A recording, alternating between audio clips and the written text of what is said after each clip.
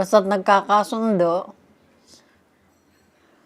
yun ang pagmamahal na masasabi mong yun ang dapat.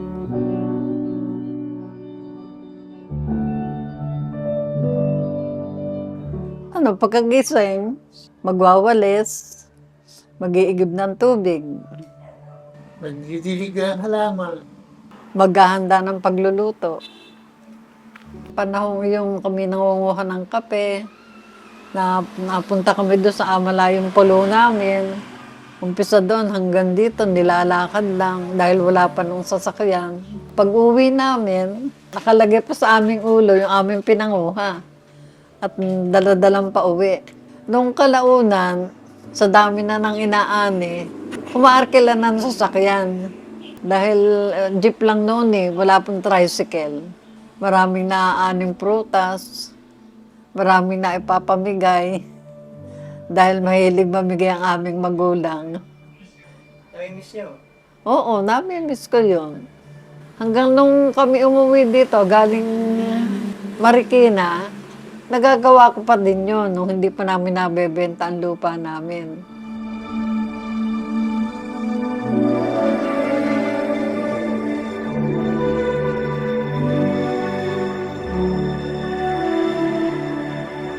Sa aming mag-asawa, maganda naman ang naging buhay namin dahil mabait naman si Tatay Luis. At kami noon naman nakapaghanap buhay kami ng sabay. Napalaki namin ang awa ng Diyos yung mga anak namin at hanggang napagtapos. Yun, awa ng Diyos naman yung mga anak namin. Kahit pa paano, maayos na ang mga kalagayan.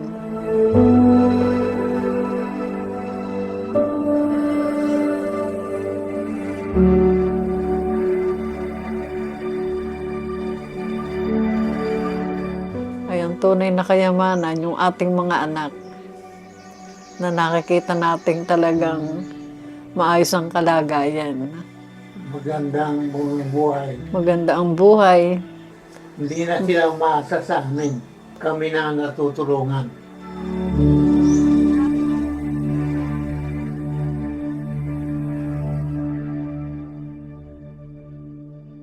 Ay, pumasok ako ng 1970, 71, ako, pumasok ng Manila Bay. Doon kami, nagkita ni Tatay Luis. Nung katagalan, nag-strike. Tumira kami doon sa apartment ni na ate. Pero, hindi pa ako, ni Luis noon. Parang, hindi pa ako nililigawan niyan. Hindi pa kami hindi kami nag-uusap, pero lagi kami nagkakatinginan dahil sa rapper. Chika Packer nga. Oo. Ako naman, nasa Hangs. Operator. Operator ako ng Hangs. Tapos ay nag-strike. Dito tumira kami doon sa Manila Bay.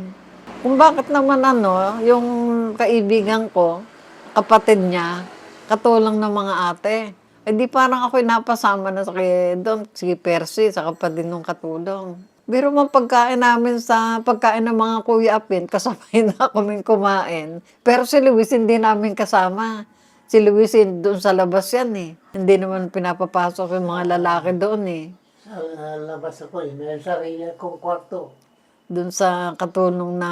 Kwarto ng katulong. Doon ako na kasira. Pero basta nagkikita ng kami, pero hindi kami nag-uusap. Nung kalaunan, ang sabi pa parang binibiro-biro na rin ako ng mga kakilala ko doon. Nasabi, parang kami na daw ni Luis. Pero hindi pa kami nag-uusap niyan. Ang sabi pa nga ng Kuya Apin, ay, pag si Rosie ang naging asawa ni Luis, ako magpapakasal sa kanila. Sabi ganon. Eh di hanggang sa natapos ang strike, inihahatid niya na ako pabalik pa Santa Mesa. Santa Mesa ako nakatira sa tiyahin ko. Pagdating naman doon sa tiyahin ko, sabi, Rosie, ang pogi naman ng iyong kasama. Tsaka sabi, parang kabait. Sabi gano'n. Ayun, yun ang pinag-umpisahan. pagpupunta niya doon sa tiyahin ko, laging may pasalubong naman sana. Sa kami sa Bima pa. Lagi may pasalubong naman sana sa aking pamangkin doon, kay Abner. Pamasahe nun, 30 lang yata. Oh. 25. 1974, sabi ko pa, ay, ako'y mag-aasawa, pag ako'y 25 years old na. Ay, 23 pa lang ako noon. Aba, nung dumating ang December 1974, 73, aba, itinanan na ako ni Luis. Dinala na ako doon sa Pasig, doon sa bahay ng kaibigan ko. kay Kasama Careso. Sa trabaho. Kasabot pala niya na nasa kanya na ang susi, doon ako tutuloy. Eh di madalit salita, nagtanan kami. Ang sabi ng Kuya Apin, umuwi na daw kami doon sa Manila Bay. Di umuwi na kami doon. Pagdating namin ng Manila Bay, ang sabi daw ni ama't ni nanay, dahil siyempre sinabi ng tiyahin ko na nagtana na kami. Umuwi na kami, nawalag na kami magsasama kahit na sino. Basta kami na lang, kami mag-asawa. Inihatid naman kami ng mag-asawa ng Kuya Apin. Ang kaso mo, yung sasakyang Volkswagen, hindi mo ituloy dito dahil rough road pa yan eh. Kaya Rough road yan, simula doon sa kanto. naiwan sa kanto yung kotse. Di lakad kami paparito.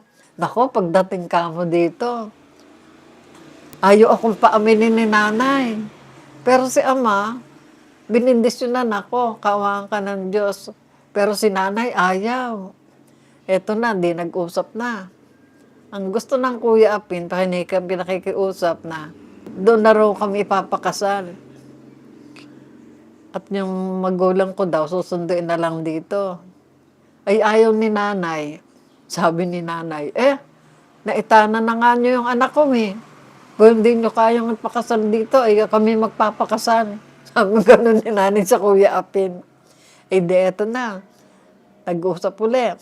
Ang napagkasunduan, ninong at ninang lang. At dadalhin na lang yung pagkain nga ng naming kaunti, yung kainan ng ninong at ninang. Dadala ng pagkain nga dito. Tapos nagdala na silang, daon na kami pala, ng disperas ng aming kasal, naon na kami ni Luis at saka si Inang. Pagdating namin, nagulat kami. Ang daming tao. Nagpatay baboy pala. Ay di, nung dumating ang tiga Marikina, sina ate, service bus pa nga ng Manila ba yung sinakyan eh. Oo. Dahil nga pangit ang daan eh. Awa ng Diyos man, nakaraos ang aming kasal.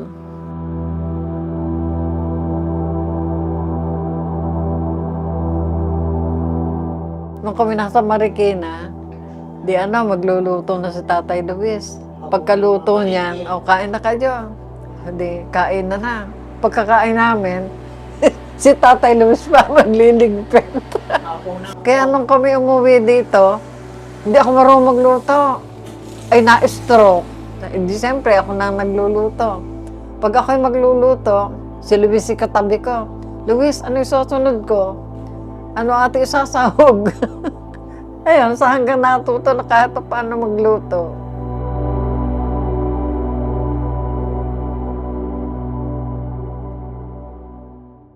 Kung sa pagmamalang pag-usapan, manamahal ko siya. Kaya nga lang, ako nagkulang ko sa parang isip bata ko eh. Wala ko intindi kundi sarili ko. Pero hindi man lang ako ng babae kahit isa. Siya lang talaga.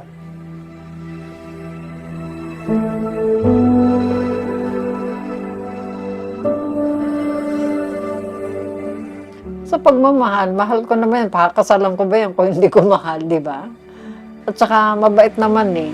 Tsaka hindi ako nakaranas na ako'y pagbuhatan ng kamay. Basta't nagkakasundo, yun ang pagmamahal na masasabi mong yun ang dapat.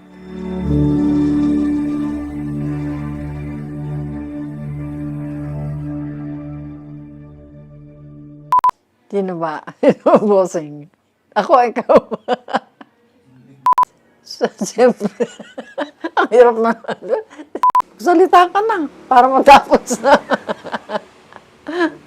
Ang bawat tao ay may iba't ibang kulay ng buhay at bawat kulay ay marami tayong mapupulot at matututunan. Tara't samahan niyo po kami sa pagtuklas ng makukulay na buhay ng bawat isa. Kung ikaw ang tatanungin, ano-ano ang kulay ng buhay? I-comment nyo lang po ang inyong mga sagot, paki-like na din po ang video na ito at i-share upang mas marami pa pong makapanood at maka-inspira.